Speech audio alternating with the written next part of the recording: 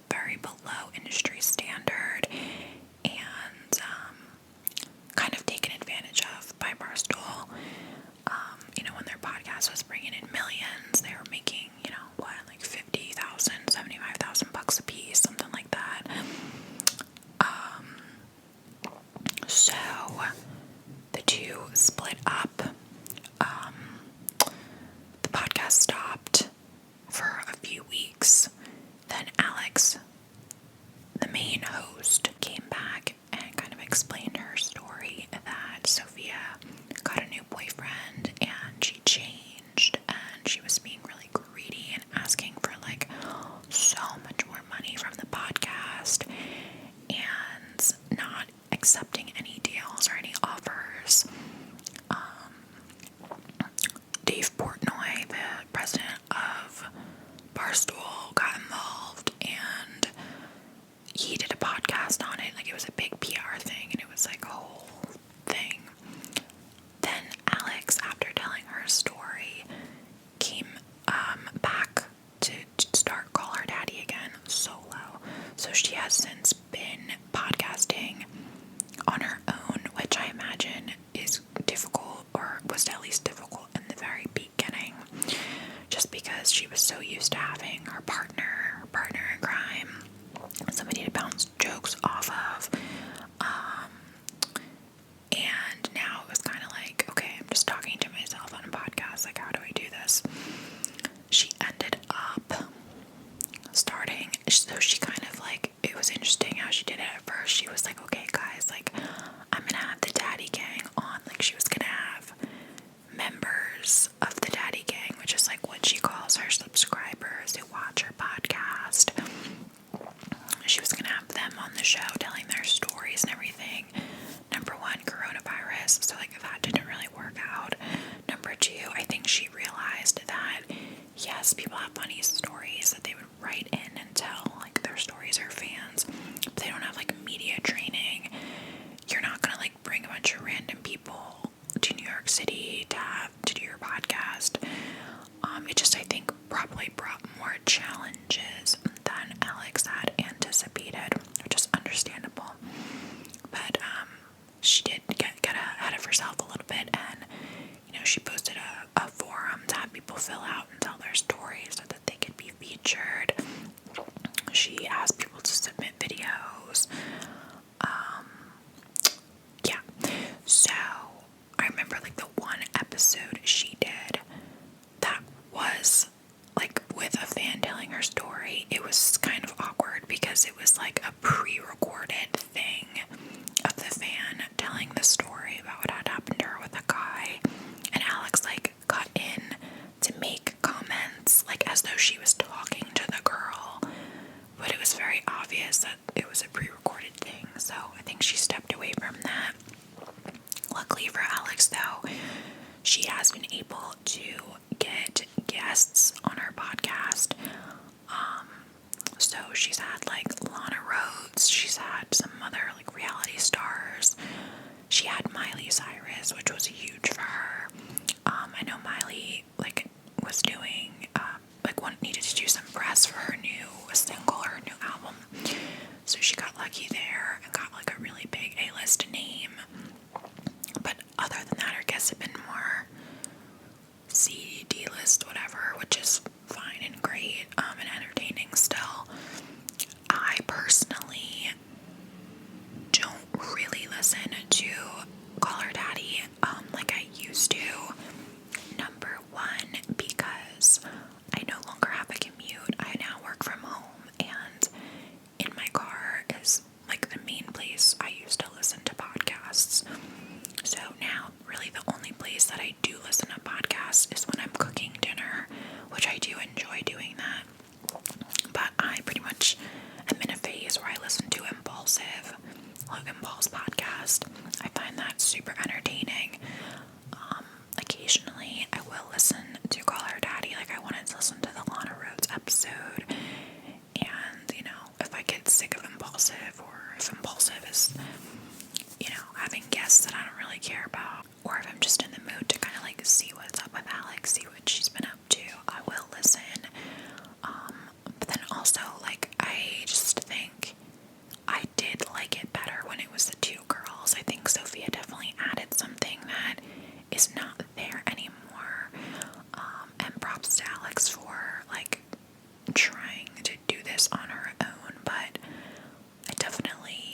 it's not really the same. I don't know if you guys think that too. Let me know what your thoughts are. So Alex positioned Sofia as the bad guy for months, made merch, like basically poking fun at her and having things, like, what did the merch say? Like, it said, oh my god, like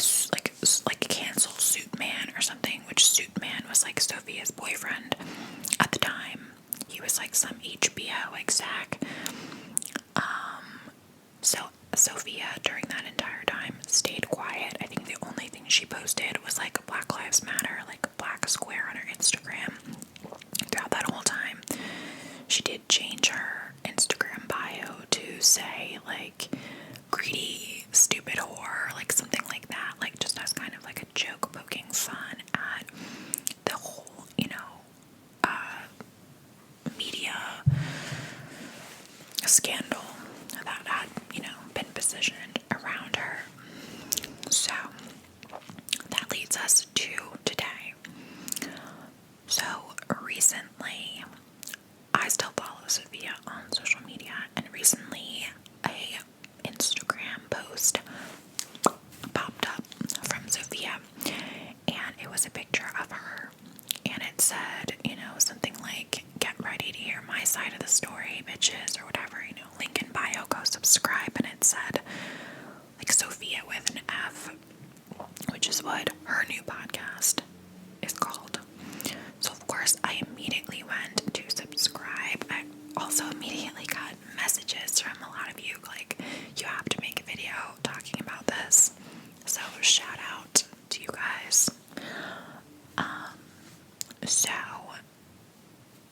I listened to the trailer of the podcast, which was just a minute long, and it was like, I'm back, like I'm gonna tell my side of the story, whatever. And I was like, okay, cool.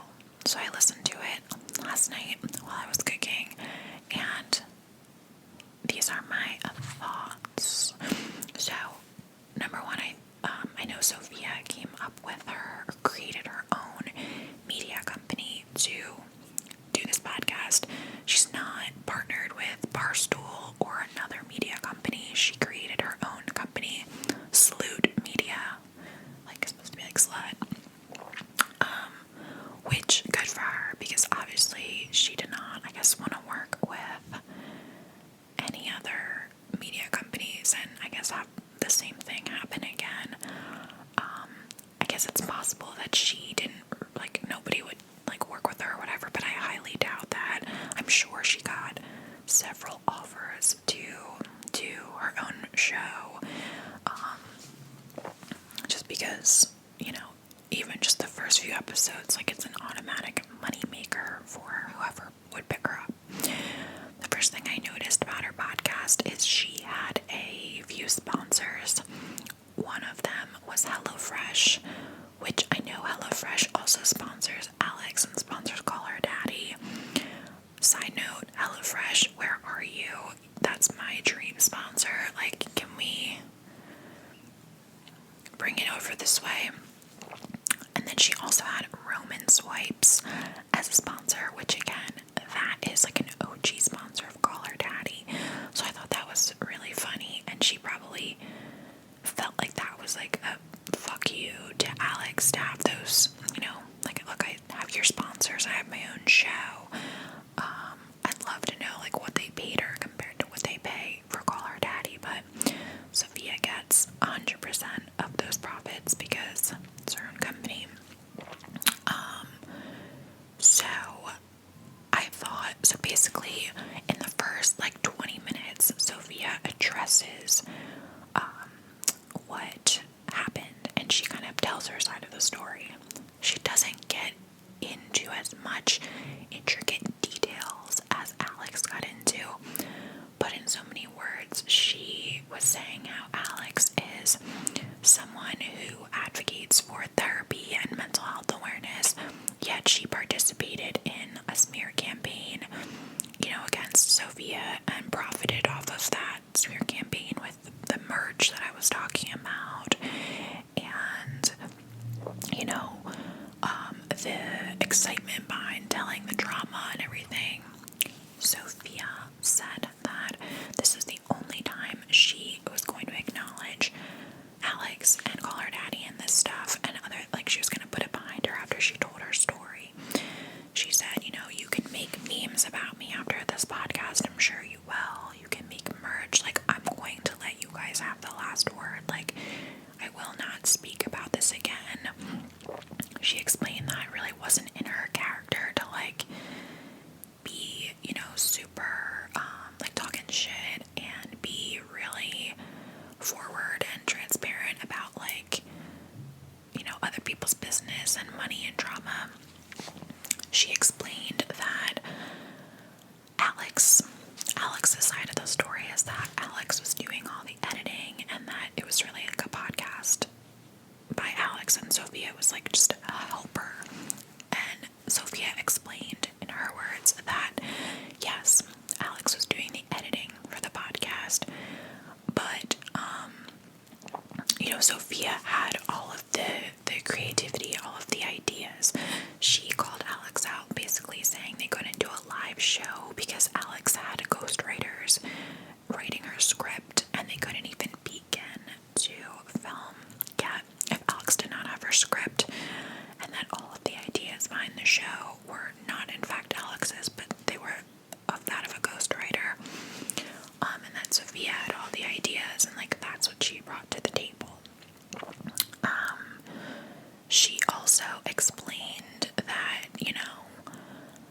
Alex, like, went behind her back to try to get more money, which was bullshit. She said that Alex originally, or like that podcast originally started with 4 people, and now it's just Alex.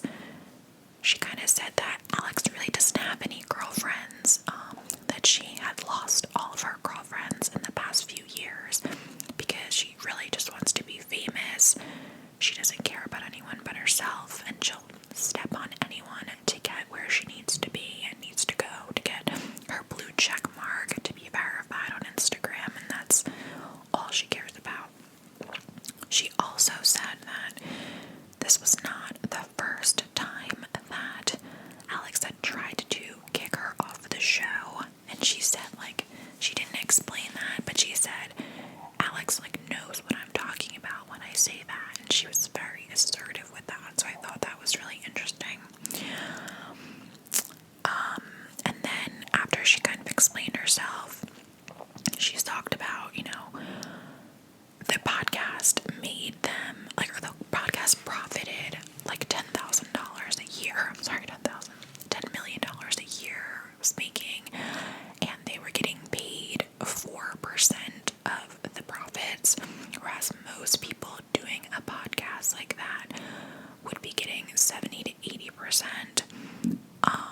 They were getting 4% of the profits of that, whereas most people in the same position, like with a podcast, would be getting 70 to 80% of the profits. So I believe that.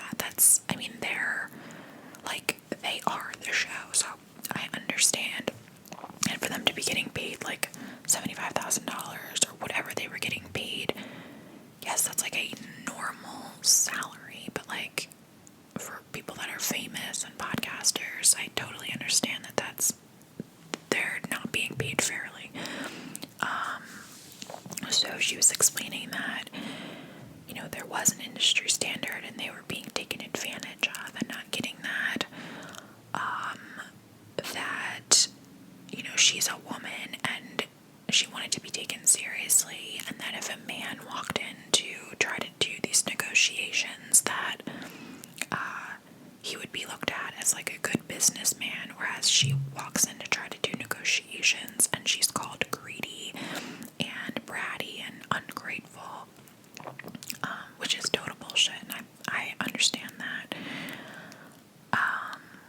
She also talked about, her boyfriend and now ex-boyfriend, Suitman, this HBO exec who kind of got in the middle of her and Alex kind of accused him of, making decisions for Sofia and whatever. Sofia said that she made all her own decisions. No man made a decision for her. She said Alex went behind her back, like, to their shared attorney and, like, had their attorney do things, like, against, without telling Sofia. So all in all, I think that a lot of what she said makes sense, but I also probably feel like a lot of what Alex said makes sense. So in my head, I don't think there's like a clear wrongdoer or whatever. I think they both probably made mistakes. I think, number one, they started this podcast really not being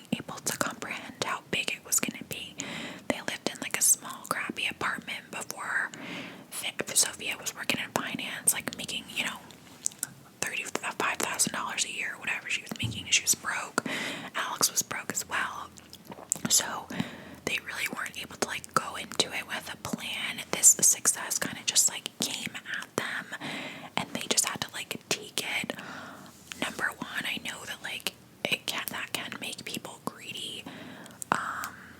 And when I say greedy, I mean both of them. So Alex, I think, probably got greedy of like the fame, and Sofia probably got greedy as in they tried to make 1,000 different deals with Barstool, and she just kept saying no, no, no, no, no. Because to a point, I think that the deal that they settled on for Alex Barstool was like a $500,000 salary plus, you know, whatever percent of the merch plus whatever percent of the alcohol or whatever. So she's doing fine. And I definitely would have taken that over losing my podcast, especially when like she's committed, right? Like she talked about, like I said, blowjobs, this, that, the other. Like there's only so much you can say and do, and then like try to jump back into the corporate world. So, but in the same breath, like I know they definitely deserved a lot more than what they were making originally, and they definitely were being taken advantage of.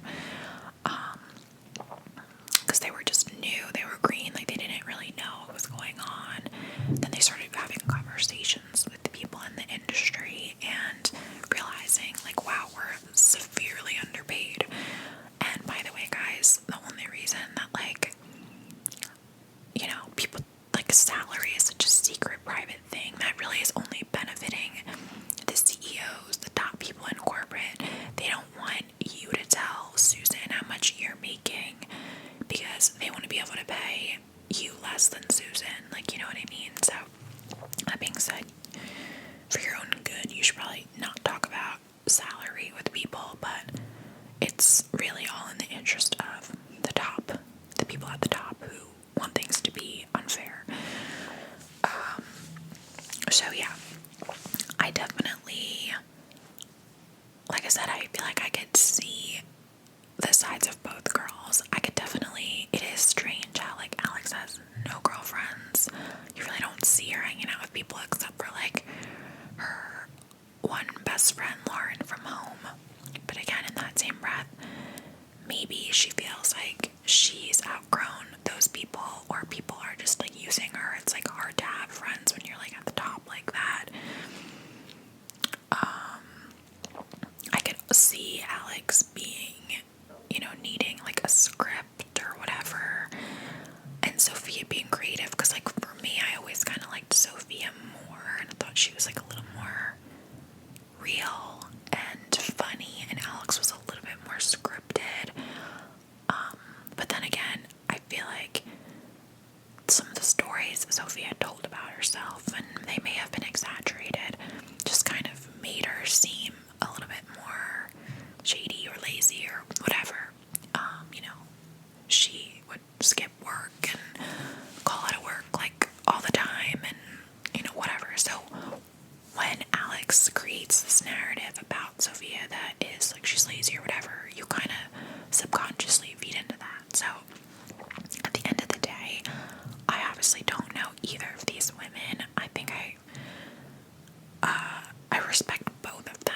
I respect both of them. I hope Sofia is successful with her podcast. Sofia, if you're watching, hit me up. I'd love to be on your podcast. I'd love to be on Call Her Daddy. You guys keep telling me to make my own podcast. I definitely do want to do that eventually. I just haven't, in the interest of like time, because I would never want to start it unless it was going to be like legit. Plus I would want a co-host as well, and who I feel like would be my co-host doesn't live near me, but she's moving near me in a few months, so maybe I'll like revisit then. But Sofia's podcast, I think, definitely needed a little work. I mean, she doesn't have the resources the way Alex does, you know, with Barstool backing her.